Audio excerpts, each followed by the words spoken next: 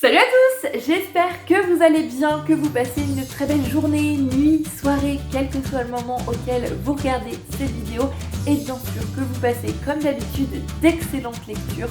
Pour ma part, je suis très heureuse de vous retrouver aujourd'hui sur la chaîne YouTube pour une vidéo revue puisque ça y est, le mois d'octobre est terminé, les Vlogtober sont donc eux aussi terminés.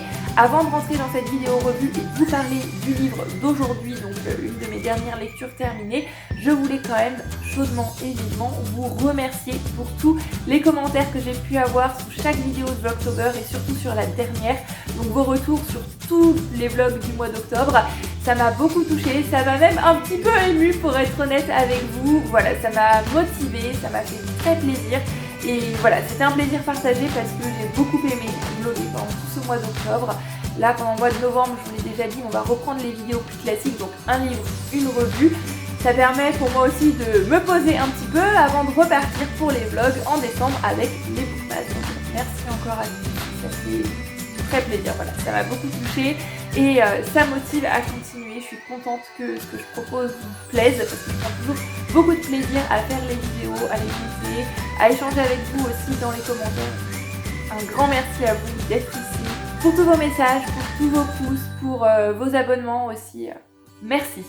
Bref, on referme tout de suite cette parenthèse parce qu'on est là aujourd'hui pour une vidéo revue et aujourd'hui je vous propose de faire un petit voyage à la fois dans le temps puisqu'on va partir pour le début du XXe siècle mais aussi dans l'espace puisque là on va partir dans plusieurs pays différents, la France, l'Irlande, l'Angleterre, l'Inde.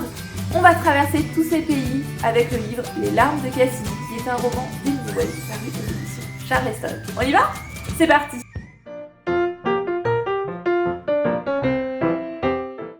Alors dans Les larmes de Cassidy, vous vous en doutez, on suit le personnage de Cassidy. On commence le livre, on est à Paris en 1935 dans un hôpital et on suit un médecin qui s'appelle Matthew qui a une patiente qui est au 10e étage, qui est dans le coma et ça depuis 6 ans quand même, mais tous les soirs il va quand même lui rendre une petite visite, vérifier qu'elle aille bien et cette patiente est quand même entourée d'un grand mystère, il espère qu'un jour elle se réveille pour lui révéler un petit peu qui elle est.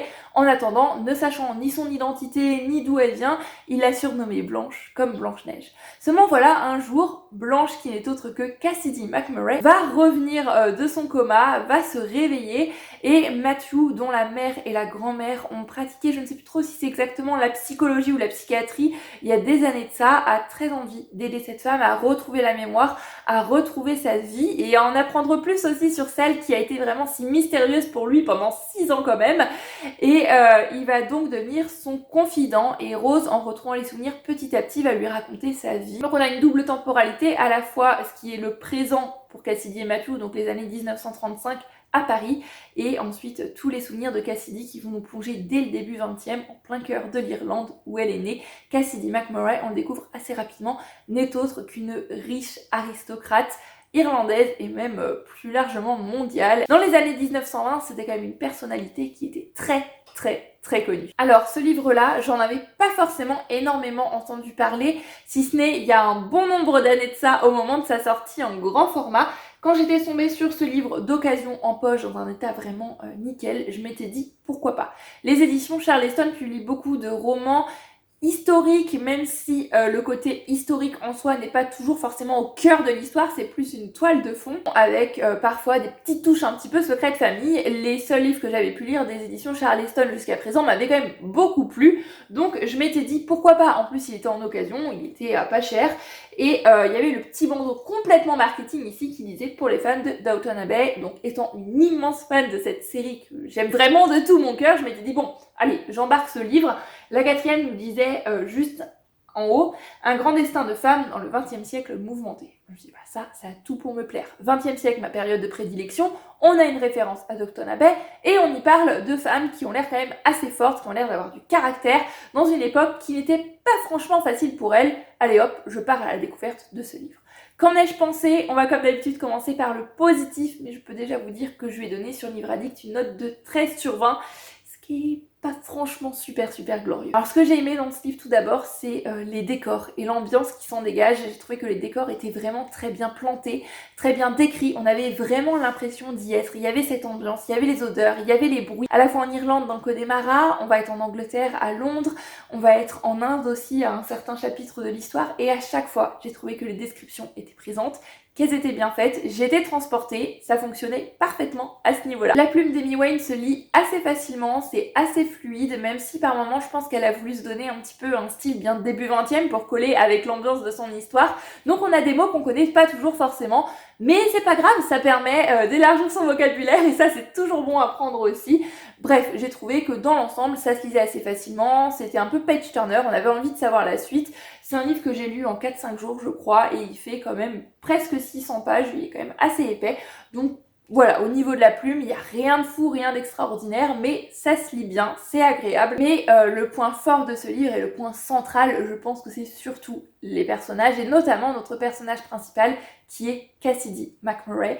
Cassidy, c'est une femme qui est quand même très attachante, pour laquelle on a beaucoup d'empathie parce qu'elle a une vie extrêmement difficile, elle a vécu mais un nombre de tragédies incroyables. Voilà, il y a des moments où c'est un peu lourd, où ça prend au cœur, on se dit c'est pas possible, tout ce que cette femme a vécu dans sa vie, la pauvre, et voilà, il y a quand même de l'empathie qui arrive bien évidemment, parce que c'est tragique, parce que c'est dur, parce que c'est lourd, mais à côté de ça, Cassidy c'est une femme qui a beaucoup de courage, c'est une femme qui sait ce qu'elle veut et qui veut y parvenir par elle-même. Voilà, elle est juste géniale.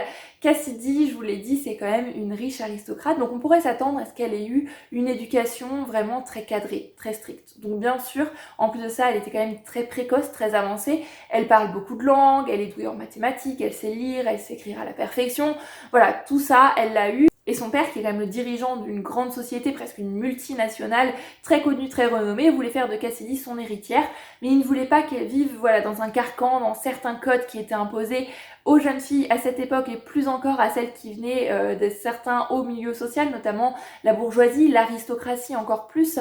Donc il lui laissait quand même une grande part de liberté. Cassidy, elle aime beaucoup monter à cheval, donc c'était assez fréquent qu'elle aille monter à cheval dans la campagne irlandaise, voilà, sans forcément demander l'avis à beaucoup de personnes, en étant libre, voilà, en faisant ce qu'elle veut, quand elle voulait. Elle allait même parler avec les domestiques, ce qui n'était pas forcément toujours bien vu dans d'autres maisons qui avaient à peu près le même rang social. Donc Cassidy a eu une éducation à la fois très cultivée, mais aussi très libre, ce qui fait d'elle une femme qui a développé ses propres pensées et qui sait qu'elle est capable de beaucoup de choses et qu'elle est capable de beaucoup de choses par elle-même. Donc ça amène à beaucoup de réflexions, notamment sur l'émancipation des femmes, qui est un sujet quand même un petit peu tabou quand même au début du XXe siècle là, et beaucoup de pensées féministes. Donc à la fois au niveau du travail, Cassidy, elle le sait depuis qu'elle est toute petite, elle va hériter de l'empire commercial de son père et voilà, elle veut y parvenir par elle-même, elle veut travailler, elle veut pas être une femme qui reste à la maison pour pouponner, pour s'occuper des enfants, pour s'occuper de son mari. Non, elle veut travailler et ça c'est pas forcément bien vu de tout le monde, surtout pour une fille qui a quand même, comme je disais, un assez haut rang social dans la société. Mais Cassidy, elle a aussi beaucoup de pensées qui ne coïncident pas forcément avec son rang social concernant le mariage. Cassidy, elle veut se marier avec un homme qu'elle aime, avec un homme qu'elle a choisi, un homme pour lequel elle se dit voilà, j'ai envie de passer ma vie à ses côtés. Et elle ne veut pas se marier juste pour se marier, juste pour avoir un certain rang social, encore une fois, être la femme de...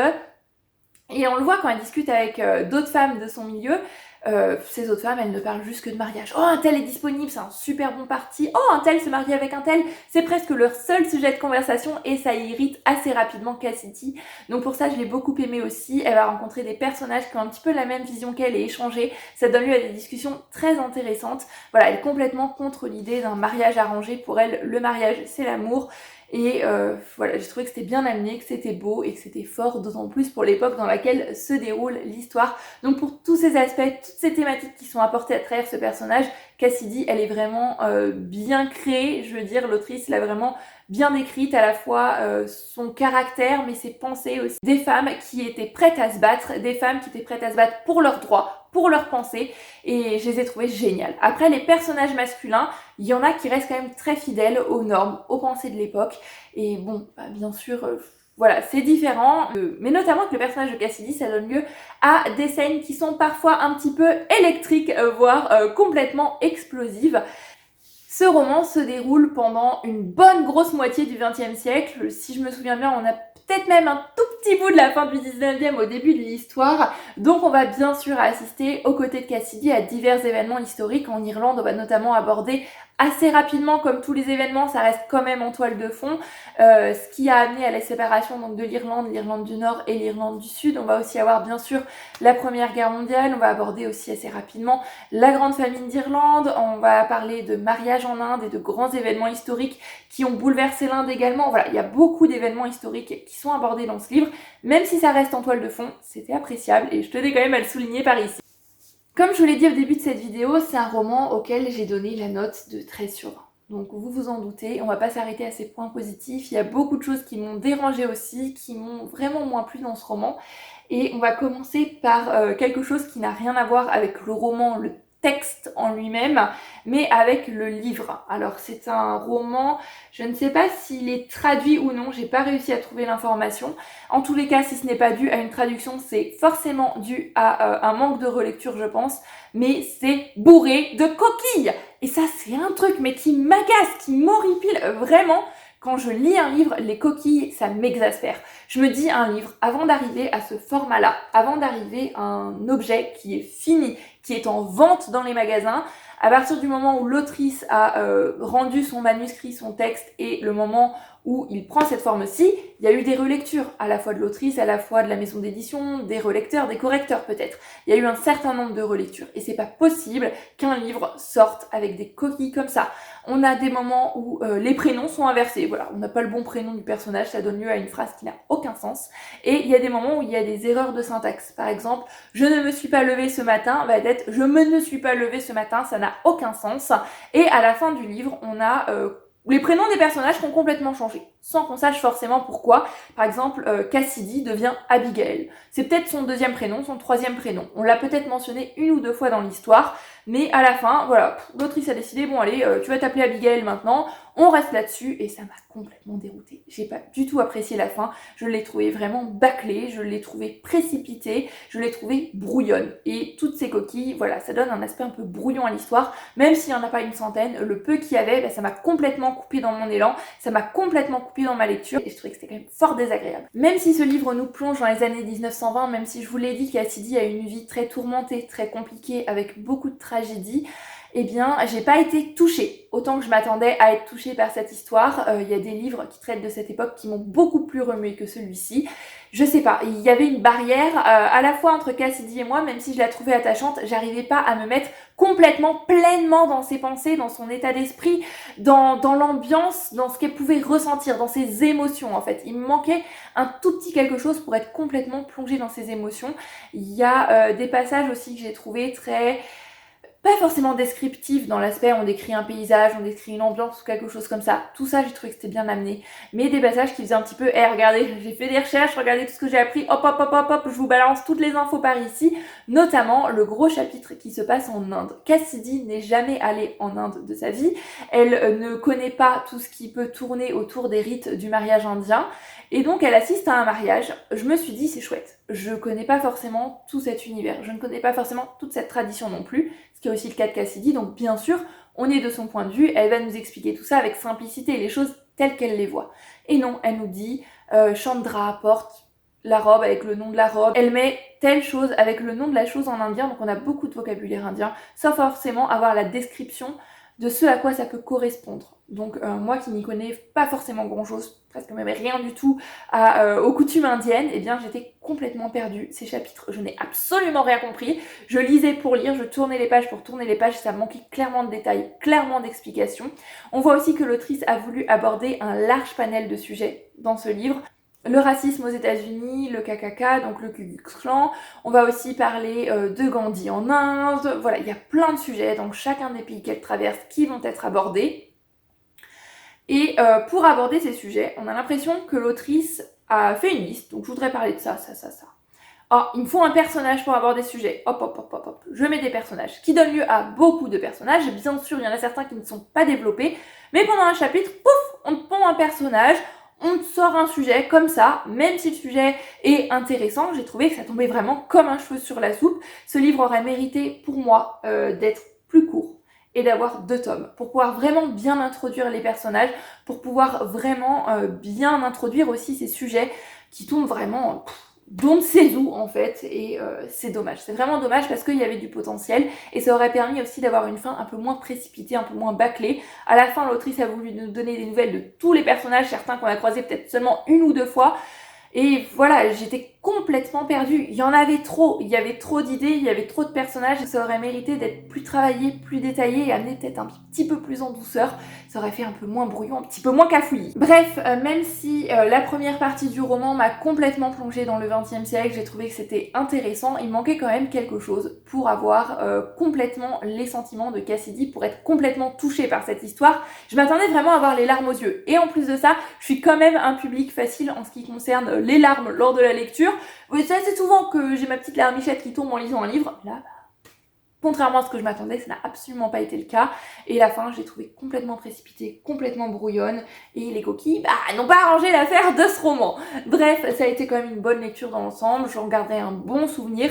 Mais je pense pas forcément garder très longtemps ce livre dans ma bibliothèque. 13 sur 20, c'est une note qui est quand même assez moyenne.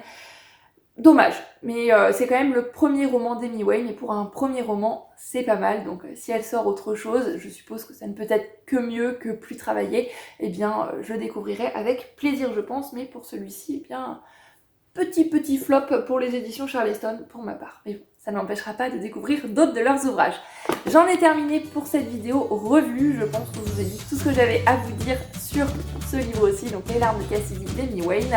J'espère que cette vidéo revue vous aura plu. N'hésitez pas, comme d'habitude, si vous avez lu ce livre, si vous avez envie de le lire, à laisser un petit commentaire. Ça me fait toujours plaisir de papoter, d'échanger bouquins avec vous par ici. Sur ce, je vous souhaite à tous une très belle journée, nuit, soirée.